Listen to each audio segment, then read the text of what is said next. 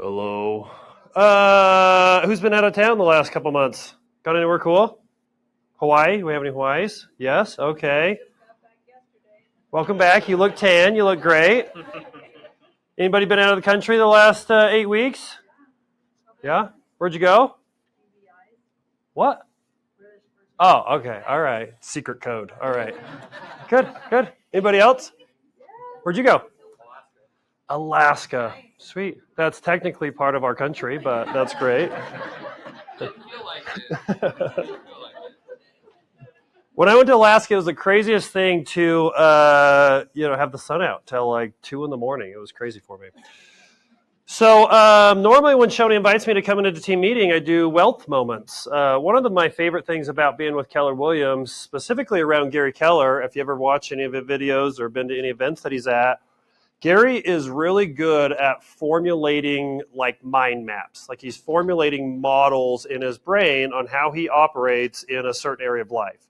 And normally when I teach wealth, I kind of just relay or teach or talk about the principles or the things that I've kind of internalized as habits or operating procedures for my wealth area of life. So today I'm going to do something similar, but I want to talk about time. Has anybody felt like time is just zipping by in life? Yeah. What do you think it zips by the fastest? Kids. Anybody has any parents that have been ahead of me? That's one of the biggest things they say, that just enjoy it, right? Your kids go so fast. What other areas of life do you feel like time just zips by? Work zips right by, right? Weekends, yeah. Holidays, you're looking up to a vacation maybe, and all of a sudden you're on your way home, right? So I want to zip through just a handful of just operating procedures of how I look at time. A couple little graphics here. Success is the sum of small efforts repeated day in and day out. Either run the day or the day runs you. Jim Rohn. Time isn't the main thing, it's the only thing, Miles Davis. Productivity is never an accident. It is always the result of a commitment to excellence, intelligent planning, and focused effort. Is that already dim? People often complain about lack of time when lack of direction is the problem. Zig Ziglar, do you believe that? And then what do people do with all the extra time they save by writing K instead of OK? Doesn't Talina, she is a K texter, I bet. I actually have to type OK, but I do THX. I do that. That's my time saver. And then why do they call it rush hour and nothing moves? Robin Williams. So here's a handful of the things that I want to go through today. Just kind of a dumping zone as I'm looking back on how I've maybe improved my usage of time. There's usually two problems in life. Either number one, you don't have enough things to do, so you got endless time, right? But then there's the other one, which you got more things to do in every hour that you have in the day. And I always talk about the story when I became team leader, which Jonny can echo that misery. Team leader, the CEO position of a Keller Williams franchise, hands down was the busiest, hardest thing that I've had to do in life. I went home every single day with hundreds of things left on my to-do list that I didn't end up doing. Does that feel like your job description right now, right? And my, what was it, probably early 2013, 14, 15, I had to do a lot of just soul searching and digging on how I was going to accomplish more and do more of the things that I wanted to do in the same amount of time that I had before that job description, right? Does anybody feel like you got more to do in a day than you have time in a day? Yeah. So we're going to zip through some of these, but before I do, I want to zip through a little bit of perspective. I just recently read Bronnie Ware's updated second edition of her book, Top Regrets of the Dying. Does anybody know Bronnie Ware? Probably heard this. Who doesn't know Bronnie Ware and the top 5 regrets of the dying? Raise your hand. Okay, half the room. Wow. So I'm going to run through this then. Bronnie Ware, for many years, worked in palliative care, kind of just people on hospice at the end of their life. My patients were those who had gone home to die. Some incredibly special times were shared. I was with them for the last 3 to 12 weeks of their life. People grow a lot when they are faced with their own mortality. I learned never to underestimate someone's capacity for growth. Some changes were phenomenal. Each experienced a variety of emotions, as expected: denial, fear, anger, remorse, more denial, and eventually acceptance. Every single patient found their peace before they departed, though, every one of them. When questioned about any regrets they had or anything they would do differently, common themes surfaced again and again. Here are the most common 5. So this is like 30 years of a career where she usually was the last person that a lot of these people dying or on the deathbed was, conversing with over the last several weeks of their life. And that was one of the things that she found herself wanting to do always, is just talk about the regrets that the dying had. And over 30 years, she found a lot of commonalities, which these are the top 5. So number 1, I wish I'd had the courage to live a life true to myself, not the life others expected of me. This was the most common regret of all. When people realize that their life is almost over and look back clearly on it, it is easy to see how many dreams have gone unfulfilled. Most people had not honored even a half of their dreams and had to die knowing that it was due to choices they had made or not made. It is very important to try and honor at least some of your dreams along the way. From the moment that you lose your health, it is too late. Health brings a freedom very few realize until they no longer have it. So I wish I'd had the courage to live a life true to myself, not the life others expected of me. Number 2, I wish I hadn't worked so hard. This came from every male patient that I nursed. They missed their children's youth and their partner's companionship. Women also spoke of this regret, but as most were from an older generation, many of the female patients had not been breadwinners. All of the men I nursed deeply regretted spending so much of their lives on the treadmill of a work existence. By simplifying your lifestyle and making conscious choices along the way, it is possible to not need the income that you think you do. And by creating more space in your life, you become happier and more open to new opportunities, ones more suited to your new lifestyle. Number 3 is I wish I'd had the courage to express my feelings. Many people suppress their feelings in order to keep peace with others. As a result, they settled for a mediocre existence and never became who they were truly capable of becoming. Many developed illnesses relating to the bitterness and resentment they carried as a result. We cannot control the reactions of others. However, although people may initially react when you change the way you are by speaking honestly, in the end, it raises the relationship to a whole new and healthier level. Either that or it releases the unhealthy relationship from your life. Either way, you win. I wish I had had the courage to express my feelings.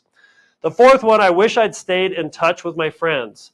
Often they would not truly realize the full benefits of old friends until their dying weeks, and it was not always possible to track them down.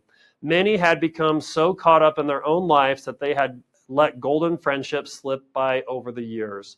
There were many deep regrets about not giving friendships the time and effort that they deserved. Everyone misses their friends when they are dying. It is common for anyone in a busy lifestyle to let friendships slip, but when you are faced with your approaching death, the physical details of life fall away. People do not want to get their financial affairs in order if possible, but it is not money or status that holds the true importance for them. They want to get things in order more for the benefit of those they love, usually though they are too ill and weary to ever manage their task. It all comes down to love and relationships in the end. That is all that remains in the final weeks, love and relationships. The last one, I wish that I'd let myself be happier. This is a surprisingly common one. Many did not realize until the end that happiness is a choice. They had stayed stuck in old patterns and habits. The so-called comfort of familiarity overflowed into their emotions as well as their physical lives. Fear of change had them pretending to others and to themselves that they were content, when deep within they long to laugh properly and have silliness in their life again. When you're on your deathbed, what others think of you is a long way from your mind. How wonderful to be able to let go and smile again long before you are dying. Life is a choice. It is your choice. Choose consciously, choose wisely, choose honestly, choose happiness. My buddy back there, Austin Ingersoll, and I were in the UCAR golf tournament yesterday, and we were commiserating that we're in a full-blown midlife crisis. If you don't know, the average lifespan of a male in the United States is 76 years old. So if you're 38 or older, you're already in the last half of your life. Men in the room, who's 38 or older? Raise your hand. Okay. Who's younger than 38? You have time. You got plenty of time, everybody. So you think. Austin, does it feel like you're still 20-year-old deep inside? Still just as immature, irresponsible, waking up late? Totally agree. What's that? I think not living with regrets is a huge driving force in my life. And time is one that's very conscious in my mind right now. November, as you guys know, most of you, I'm turning 40, so I'm really rolling on what my next decade's going to be like. And I think even the phases of life that you're in, you might deploy certain principles inside of these areas of life. So even how I viewed time the last 20 years might be substantially different than I view time in the next 20 years, right? But I think there's a lot of universal time principles that probably carry out through your whole life. So I'm going to zip through these, okay? So I didn't want to talk about time without at least covering a few of the One Thing. Who's read the One Thing book? Yeah? Whoop, whoop. A lot of people read this and it makes common sense, but until you are really looking for more efficient ways of utilizing your time, you don't really internalize those principles. I remember when Jay and Gary rolled out this book, I read it, I'm like, that makes sense. But until I was going home so stressed out about the lack of time and all the things that I had to do on my plate, it wasn't until I went back to that book and actually was looking for solutions versus reading it just as an entertaining piece of curriculum out there. So there's 6 productivity myths. There's 6 myths that we constantly tell ourselves that are contradictory to using our time efficiently and actually being more efficient and more productive. Okay. So number 1 is everything matters equally. Does everything matter equally? For sure, no, right? We know, and we say it probably 1,000 times a week in this office, the 80-20 rule, the 20%, live in your 20%, time block your 20% activities. But we know through research, 80% of our results in life will come through 20% of our activities. And this can ripple effect and echo into so many other areas of life and things in those areas. Number 1, just a to-do list. There's things that you could do and there's things that you should do that is just scattered on your task list. And part of life and choosing and prioritizing is really helping focus and get real clear on the things that you should do, not just everything that you could do, okay? Treating everything equally totally can make you inefficient. So just a couple questions that I ask myself is when you think about what you want, keep digging deeper. Why is this important to me? I've probably sat down and had a goal setting session with 1,000 agents over the last decade. And every time I talk about their goals, oftentimes people are very quick to tell me what they want. And then the second question I ask them, why is that important to you? Oftentimes I'm met with silence. Most people haven't really thought through why those goals are important. So often when we say our goals, it could be just our environment or external circumstances that are telling us to go say that, right? But until you dig deeper, you might not have clarity why you're wanting to do that. The next one is, which is the focusing question in the One Thing book, what is the one thing that I can do such that by doing it, everything else is easier or unnecessary? So what is the one thing you can do in that area of life such that by doing it, everything else is easier or unnecessary? Ask that 1,000,000 times. If you don't have that memorized yet, what's the one thing I can do such that by doing it, everything else becomes easier or unnecessary?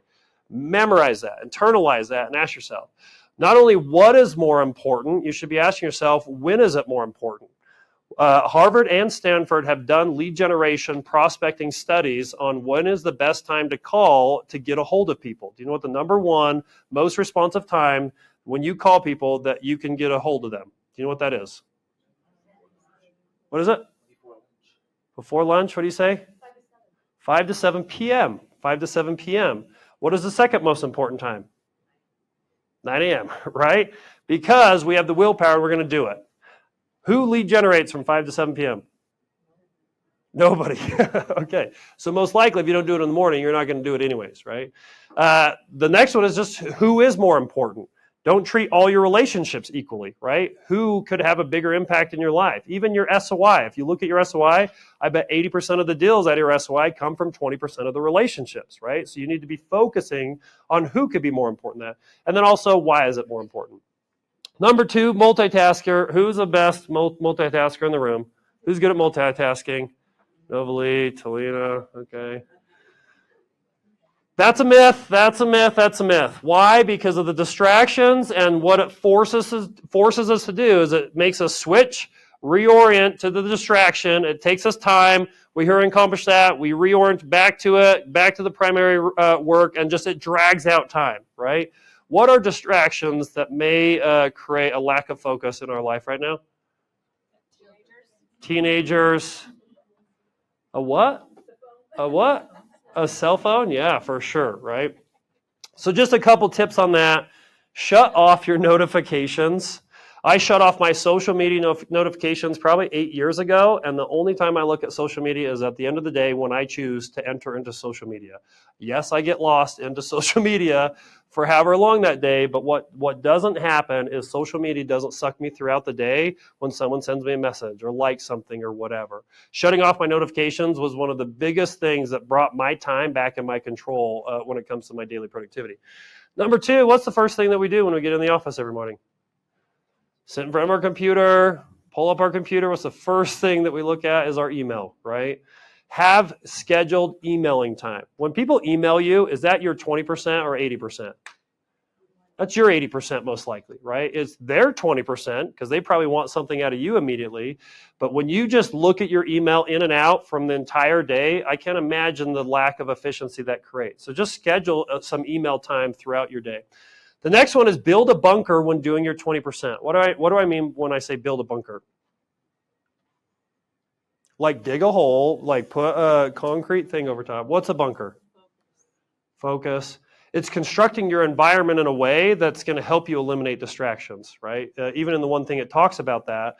But when I have 20% activities to do, it is very hard for me to stop God a minutes, right? When people say, hey, I just a quick question. Like I'm typically a social person and I'll usually be like, okay, what do you got? And I'll reorient myself. I'll get distraction. I'll handle that. Do you know what the best thing for me to do to protect my 20% when it comes to distractions like that?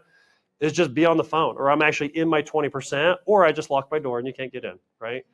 The next one is schedule delivery time of whatever notifications. If you're going to send emails, texts, or whatever, even Apple's new update that you can schedule your text messages. Hallelujah. I know Google's had it forever. Thank you, Dean. But schedule your delivery time in a way that's not going to get you trapped in an untimely conversation. Usually when you send an email out or a text message, the people that are incredibly responsive, now that's just kind of distracted you, right? What's a disciplined life? The research shows 66 days is the time that it takes where it will require much less discipline to continue that habit beyond 66 days. You probably heard a week, 2 weeks, a month, or whatever. Gary Keller's research says 66 days. If you do it every day for 66 days, the amount of willpower or energy it takes to continue to do it on day 67 and after is going to be a lot less, right? Working out, waking up early, reading a book, any of the good habits that you want to develop, 66 days tends to be the magic number on that. Willpower is always on will call. What is willpower? The ability to control yourself, a strong determination that allows you to do something difficult. Cameron, do you remember this? When you were in prison and you were trying to get paroled? Yep. This is an... Yeah, you went first of the day, which was smart because you saw this graph, you read the one thing. So this is an actual study that studies the possibility and the outcomes of a parole board solely based on the time that you go in front of that parole board. Not the crime that you were convicted of, not the time that you've served, not the reasoning why you should be released, simply based on the time that prisoner went in front of the parole board on the percentage chance and the likelihood that they were going to get paroled and get out of their incarceration. Right at the beginning of the day, right at 9 a.m., you had a 60% chance of getting paroled, as their willpower and their energy, hearing case and reasoning and rationale and all that over time, virtually right before that mid-morning break, somewhere around 10:30, you had almost a 0%, no matter what your crime, no matter what your story is, 0% chance of getting paroled. Same thing. They take a break, they come back, boom, starts back over at 60%, goes down. It's just a really good example that no matter what the human element is, when you don't have energy, you don't have willpower. I call it when Jeanette gets hangry, I stay away from her because who knows what's going to happen. But again, so this is Cameron's advice. If you ever get in trouble, just make sure you go first in front of the parole board, right? And then balanced life. Again, here is the rise of the work-life balance. This is the number of times that work-life balance, those words appeared in any sort of national publication, magazines, newspapers, authenticated articles, that type of thing. And you see this giant increase right around the invention of what? The smartphone, right? The smartphone. Because somehow, as soon as we entered the smartphone era, work tended to come home with us. Now we have AI, which is just going to tell us what to do throughout all the hours of the day, which is fantastic, right? Just kidding. The rise of work-life balance. As you can see here, work-life in the middle, work-life at the extremes. This is really how life tends to work out. Your life, your relationships, your health, you can't take big breaks from that. Otherwise, you see very or a lot bigger negative consequences in your life. Even when you decide to go hard at work, take a little time off for a vacation, somehow work tends to be there when you get back, right? And then big is bad. Just this one is when you set giant goals, giant outcomes, it's not necessarily about the goals that you set. It's creating the plan that's going to put you on pace to accomplish those big goals, those big outcomes, right? Even if you set a big goal and you end up coming short of it, having set a short goal and crushed it, you're still potentially going to take a lot more outcome or have bigger success by creating that action plan to get there. So those are just number one, the 6 productivity myths. I wanted to hurry and summarize those. And then I wanted to jump into some of the other ones that I wanted to add to the list as I was taking some time on some walks and reflecting back on maybe how I've learned to use my time a little bit more effective. This one is called Be Committed and Love What You Do. Have you ever gone somewhere and maybe it was a restaurant, maybe it was a retail store, you end up ordering your food or you end up talking to the person that worked there and you could just immediately tell that they hate their job. You've been there lately? Yeah? Does that happen with any of our KW staff? I need to know right now. Just kidding. What happens when you love your job? Do you tend to use your time more effectively? Yeah? When you hate your job, has anybody had a job you hated? Did you want to be incredibly productive? No? I used to go hide under a tree and take naps when I had that construction job right out of high school. When you wake up with passion and ambition and you really fall in love or re-fall in love with your career, you tend to show up more effectively with your time on that, right? Let's talk about burnout for a sec, okay? I want to talk about, has anybody been burnt out in their career before? Who's currently burnt out in your career? A few of us, Hunter. Here's the possible causes of job burnout: lack of control, not having a say in how you do your job, such as your schedule, assignments, workload, can lead to job burnout. Not having what you need to do your work also can cause burnout. Lack of clarity about what's expected of you. If you're not sure what your boss or others want from you, you're not likely to feel like you're doing a good job. Conflicts with others. Maybe you work with an office bully, or you feel, I was pointing at you. See, I was pointing at you. You didn't see it. Okay.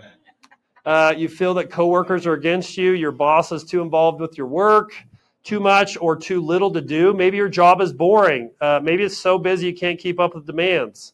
Lack of support. If you feel alone at work in your personal life, you might feel more stress, problems with your work-life balance. When you go too hard on work, sometimes that does cause burnout. Handling job burnout, look at your options. Talk to your boss about your concerns. Maybe you can work together, make changes, solve problems. Seek support. Ask coworkers, friends, loved ones for support. Talk to others who might help you cope. Try a relaxing activity: yoga, meditation, tai chi. Get some exercise, get some sleep, practice mindfulness. We play this. Right after you were injured, you went on Facebook and you posted a lengthy blog. Yeah. You know what this is? Oh, yeah. You said this. You gonna read the whole thing? I'm going to read some of them. This is such BS. All the training and sacrifice just flew out the window with one step that I've done millions of times. The frustration is unbearable. The anger is rage. Why the hell did this happen? Makes no damn sense. Now I'm supposed to come back from this and be the same player or better at 35? How in the world am I supposed to do that? I have no clue. Do I have the consistent will to overcome this thing? Maybe I should break out the rocking chair and reminisce on the career that was. Maybe this is how my book ends. Maybe Father Time has defeated me. Then again, maybe not. It's 3:30 a.m. My foot feels like dead weight. My head is spinning from the pain meds and I'm wide awake. Forgive my venting, but what's the purpose of social media if I won't bring it to you real, no image? Feels good to vent, to let it out. To feel as if this is the worst thing ever. Because after all the venting, the real perspective sets in. There are far greater issues and challenges in the world than a torn Achilles. Stop feeling sorry for yourself. Find the silver lining and get to work with the same belief, same drive, and same conviction as ever. One day, the beginning of a new career journey will commence. Today is not that day. If you see me in a fight with a bear, pray for the bear.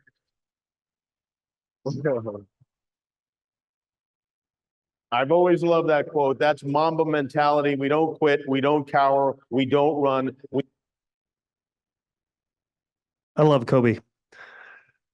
If you don't know the whole story around that, is late in his career, he tore his Achilles, and that was his just putting his emotion out there to the internet. And it's interesting to see how his brain works. He starts doubting himself, and then he just jumps right back into that Mamba mentality.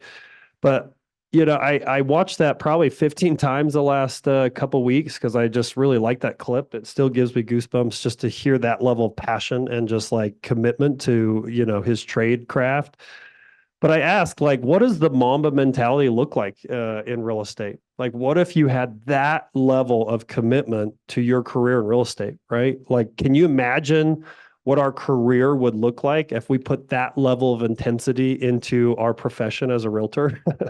It'd be incredible, right? You'd make millions of dollars a year, no doubt.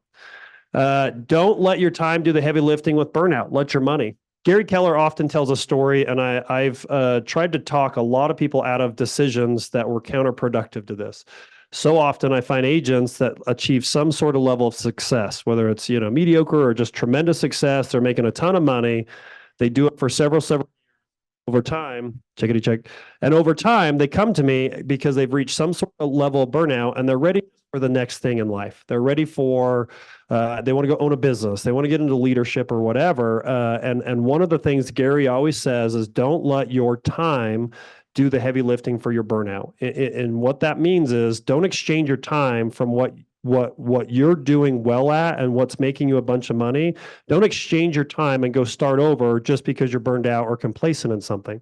So like we have realtors all the time that they're crushing it, make $200,000-$300,000. They get bored. They come to me and they say, "Hey, I want to start a window washing company."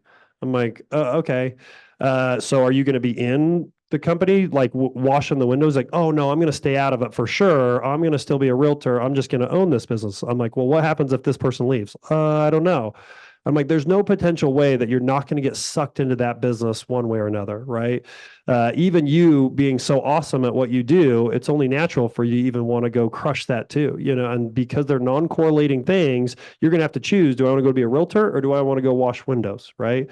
And that's part of it is, what you spend your time on doing what you're the very best at, money will always be a natural byproduct. And that's something that I've learned when I start getting into those phases of burnout, that I want to make sure that I'm letting my money do my heavy lifting of my boredom, not my time. Does that make sense? And then again, who you surround yourself with matters on that commitment. We watch this. So this is spend more time in action than in anxiety. You got to be fine. And even if you're not going to be fine, isn't it better to just exist thinking you're going to be fine until it's not fine? And then when it's not fine, then you can handle it then. There's no sense to ruin right now, right? Play that again. You got to be fine. And even if you're not going to be fine, isn't it better to just exist thinking you're going to be fine until it's not fine? And then when it's not fine, then you can handle it then. There's no sense to ruin right now, right? Who's ever worried and spent a lot of time in anxiety of imaginary things that haven't happened yet? Somebody done that? Let me give you an example of that. That one, yep. Nobly. Taxes and accounting. Bookkeeping. It's the perfect example. The time it takes to do some simple bookkeeping and financial organization is probably roughly 10% of the amount of time that people spend worrying about taxes and accounting. Does this define any of you? Where's Clay? I got to get a Clay joke in there. The amount of hours Clay spends worrying about potentially doing some bookkeeping, the time that he spends worrying why doing it, and the time he spends worrying that he did it versus just jumping in and just spending 10 minutes doing it, right? Taxes is just one of those mental blocks that a lot of people have, specifically business people and specifically realtors. Taxes you think is a foreign language, and it just creates a lot of anxiety and stress over it, and you spend more time just trying to like get it away from you than actually just learning some simple principles and jumping into it, right? Or hire someone to do it for you, right? Wives in the room, have you ever punished your husband for something that he didn't do that you imagined in your head? Has that ever happened? No? For me, no. No way. And that's why when Mel Robbins came to Family Reunion just barely, I love her 5-4-3-2-1 rule. Novely, what's her 5-4-3-2-1 rule? You have to, that if you stop and think about it, your brain will convince you not to take action. So you have to just count 5, 4, 3, 2, 1, and then take immediate action. Yep. Instead of constantly thinking about the action that you're going to take and then the time that it spends paralyzing you from that, she has the simple 5-4-3-2-1 rule. So she just counts back 5-4-3-2-1, and when she hits 1, she has to immediately get into action. And it's just a simple process that allows your brain to just not get into the stress of it and just immediate into action. I use this in cold plunges. Somebody, when you look at the cold plunge and it's 36 degrees, you're like, I don't want to get in there. I have to go 5-4-3-2-1 to jump in it. Otherwise, I'm probably not going to get in it, right? But use that for anything. Anything that you're stressed about, like it is easier just to immediately jump into action than to spend 3 times, 10 times the amount of time worrying about it, right? The next one I want to talk about is having an accurate economic model. Who knows what an economic model is? Cameron, what's the simple definition of an economic model? Business math. Business math. Path is in the math. Explain more. If you know how much money you want to make, we know about how many closings that is. We can figure out about how many appointments you should go on to accomplish that. Yep. It's just reverse engineering whatever result you want to just daily, weekly activities. So here's my GCI. GCI, conversion rate from closings to under contracts to listing appointments to leads, right? And most of the time when I break this down for people, the daily or the weekly numbers, the number one thing that they say about that is, oh, that looks way more doable than I thought it would be, right? When they break their goals down. But when I say have an accurate economic model, this is what I mean. So one of the journeys that I went through as team leader is the KW Growth Initiative. Before I was team leader, even the first year I was team leader, the average team leader in the company across the country was doing on average 7 recruiting appointments a month. They installed a new leadership. They said, hey, it's really time to grow. And they basically raised the standards for the team leader position on the requirement of recruiting appointments per month that they wanted us to hold. And I was in there during that journey that we basically said 7, and they bumped it up to 40. And again, I tell the story, I resisted it for a year because I thought they were crazy. I thought there was no way I was going to be able to fit 2 appointments in my calendar per day beyond what I was already doing. And they had kind of mantra. They said, do the 2, do the 2, do the 2, which meant 2 appointments a day, 10 a week, 40 a month. And that's why they kept saying do the 2. What I realized after doing the 2 and hearing that, that was under the assumption that I had 20 working days totally committed to doing the 2. 2 times 20 equals 40, right? What I found is with all the training I wanted, holidays off, me trying to take a vacation every once in a while, I didn't end up with 20 days. And I spent a whole year once tracking, here's total days, here's my weekends off, here's how many holidays that I took off, here's personal days that were usually around those holidays, Thanksgiving, taking a Friday off after Thanksgiving, days in training. Look how many days I spent in training. I think this was 2014. What I found was the actual full working days that I had was 15 a day, not 20 a day. So what that told me was it wasn't 2. It wasn't 2 appointments a day. I actually ended up having to do 3 appointments a day to meet my goal of 40 by the end of the month. So oftentimes when I see your economic model, that's under the assumption that you have a perfect working schedule ahead of you, that nothing's ever going to come into your work days. But we know that's not true, right? So you just got to make sure that you're properly calculating it. Otherwise, the activity that you're committed to is never going to lead to the actual result that you want. The next principle I want to talk about is bookend your time. One of the bold laws out there that I fully believe in is all work expands to fill the time allowed. Who believes all work expands to fill the time allowed?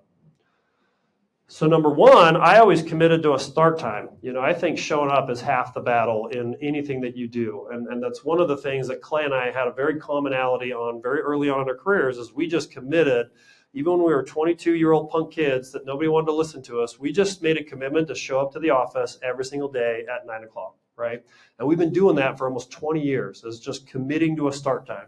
And I know most people get into real estate because of the freedom and flexibility. I always say don't use it until you've earned it, right? So commit and act like it's a real job that you're showing up to every single morning. The other one that it took me a long time to kind of click in my head was committing to a stop time. Because what would happen was I'd show up to work and then work expanded to the entire time that I allowed it. So book ending your time. And Gary Keller tells a really cool story about his commitment to his wife, commitment to his family on dinner time. So he had a dinner time commitment with his wife every single night at 6:30 p.m. This was at the same time that Gary Keller was trying to expand Keller Williams outside of Austin, Texas. Our first 4 expansion locations of Keller Williams was in San Antonio, Dallas, and a couple other cities around there. And some of these cities were an hour away from Austin. Some of them were like 3-hour drive. And he had a start time in his day and he had an end time in his day because he had to be at the dinner table at 6:30. So whatever was left in between, whether it was 6 hours or it was 1.5 hours, that was the time that he actually had in that expansion location to accomplish whatever it was. And Monday he would drive to San Antonio. Tuesday he'd drive to Dallas. Wednesday he was in Austin. And he ended up being a great example to me on actually having a stop time. The next one is scheduling playtime first. I've said that a million times. What does scheduled playtime first mean, JoJo? Blocking the dates and you're going to go out on vacation, playtime, paytime, and organization work time. If you don't have your playtime booked, what ends up happening? You don't play, right? Because work expands to the time allowed, right? So that is the first thing that I do. I just barely got it. I came in the office today and my package was here for my erasable 2025 calendar. So this afternoon, I have an hour time block that I'm going to start plotting all my playtime for the year of 2025. So I'm 6 months ahead before even the next year starts, so I can ensure that that playtime's booked. And then what's left over, I just go to work, right? Another one is just seek clarity on where you want to go before you go. Who's ever planned a wedding before? How long is a typical wedding? 4 hours maybe, right? How much time, how many hours typically go into planning those 4 hours? 100, yeah? Well, some people they spend their whole life planning their wedding, but a lot of times I would guess 100 hours planning for 4 hours, right? So 25 hours planning time for every hour. When you guys go to work every day, every week, every month, are you doing a 4-to-1 ratio of planning time for every hour you work? Probably not, right? You're probably doing 0 for every hour that you go work, right? And I think that's the challenge of just not having more clarity before you jump into whatever it is, because it forces you to use your time more efficiently when it's blocked out like that. I always say ready, aim, fire, right? What do most people do? They do ready, fire. Is that ever going to be good? Probably not, right? What? You guys have seen this, but again, this is why I do this every year. I use the tools to make sure I have clarity on what I want to accomplish. I start with my long-term goals. I then break it down to my someday goals. I then break it down to my 1-year goals. I break it down to my monthly goals and my weekly goals. My organizational time, I try to be very thorough of it because every hour I spend organizing and getting clarity before I jump into work saves me probably half the efficiency. And then it dumps down to calendar reminders, right? So time blocking, time block your time off, time block your one thing, and then time block your planning time are always my 3 recommendations. Or as Gary says it, his play time, his organization time, and then his pay time. These are his time habits, his time disciplines. And then the last thing I want to talk about is the 4 thieves of productivity. These are the thieves still in your productivity. Number 1 is the inability to say no. Somebody have a problem with inability to say no? How can that come back to haunt you? Then you have to do the Viking football helmet every Friday night. 4 years in a row. Putting the stickers on them? No, Oh. the blow-up helmet Oh, that yeah. seem to run through Yeah. every Friday night. Oh, my goodness, yeah. Say it with me. No, No. but it's so much fun. Oh, okay. Then maybe there's other, okay. I believe every time you say yes to something, you're saying no to something else in your life, right? And a lot of times you say yes out of social obligation or out of relationship obligation, but that requires you to say no to the people in your life that probably aren't being represented in that conversation that you're protecting, right? You say yes to something at 7 p.m. on a Friday for your realtor work, what do you say no to? Football game. Football games, the helmet thing, but your family most likely, your friends, whatever. You got to get good at saying no. And the other thing, the little principle between the lines here is the first one that speaks usually loses.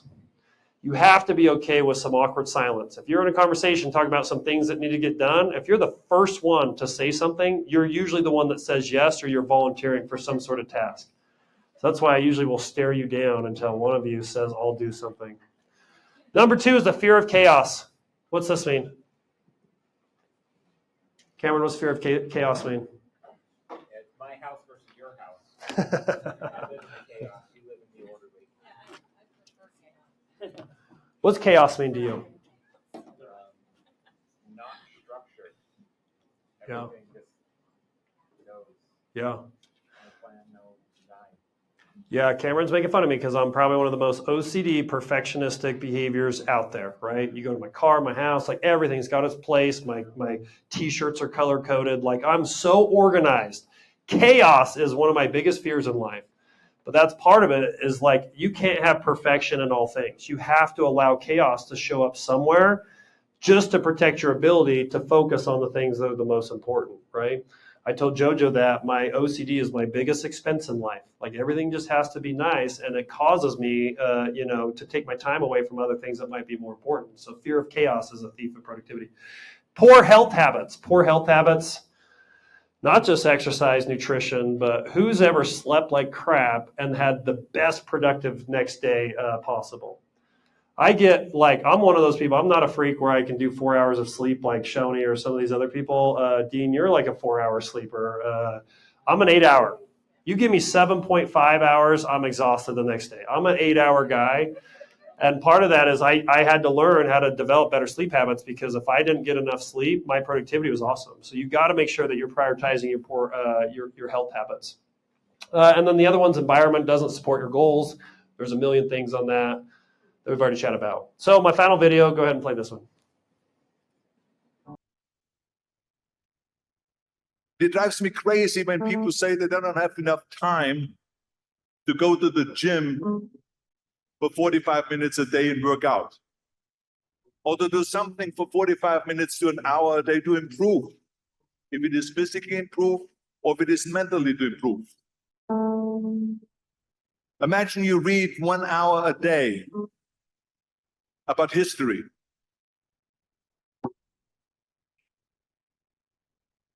How much you will learn after 365 hours in 1 year. Think about if you study about the history of musicians, of composers, how much you would know. Imagine if you would work on the business, on some business that you want to develop every day for an hour. Imagine how further along you will go and get. So it drives me nuts because when people say we don't have the time, we have 24 hours a day. We sleep 6 hours a day, so it gives you still 18 hours. There's someone shaking their head out here in front. They say probably, I don't sleep 6 hours, I sleep 8 hours, right? But just sleep faster.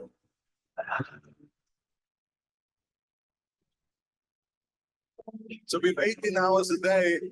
The average person works around 8 to 10 hours. So let's assume it's 10 hours, so we have 8 hours left. Then you travel around an hour a day, maybe 2 hours a day. So now you have still 6 hours left. So what do you do with these 6 hours? What do you do with these 6 hours? Maybe eat a little bit, maybe snooze a little bit, talk a little bit to people and all that stuff. But you can see how much time there is available if you organize your day. So you got to work hard.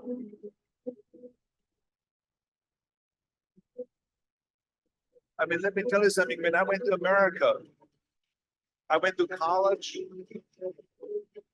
I went and worked out 5 hours a day. And I was working on construction. Because in those days in bodybuilding, there was no money. I didn't have the money for food supplements or anything. So I had to go to work. So I worked in construction. I went to college. I worked out in the gym and at night from 8 o'clock at night to 12 midnight. I went to acting class 4 times a week. So I did all that. There was not one single minute that I wasted. And this is why I'm standing here today.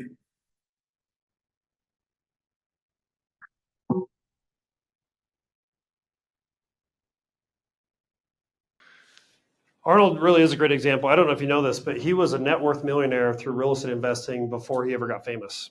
His first career was real estate investing. Then he became the bodybuilder. Then he became a celebrity, then politics. But clearly, he's just someone that uses time incredibly effective. But for you young people in the room, if you don't know it yet, time is the most valuable resource on the planet. And if you find yourself saying, "I don't have enough time for this or this or this," it's not about having the time. It's about prioritization and using your time effectively. So hopefully one of these connected with you. But if you feel like you've got more to do or you're just unhappy where you are, I think you just need to step back from life and just look at how you're using your time and reprioritize it and refigure out how that time might be used in a more appropriate, efficient way. So thank you everybody for being here. And that's it for team meeting.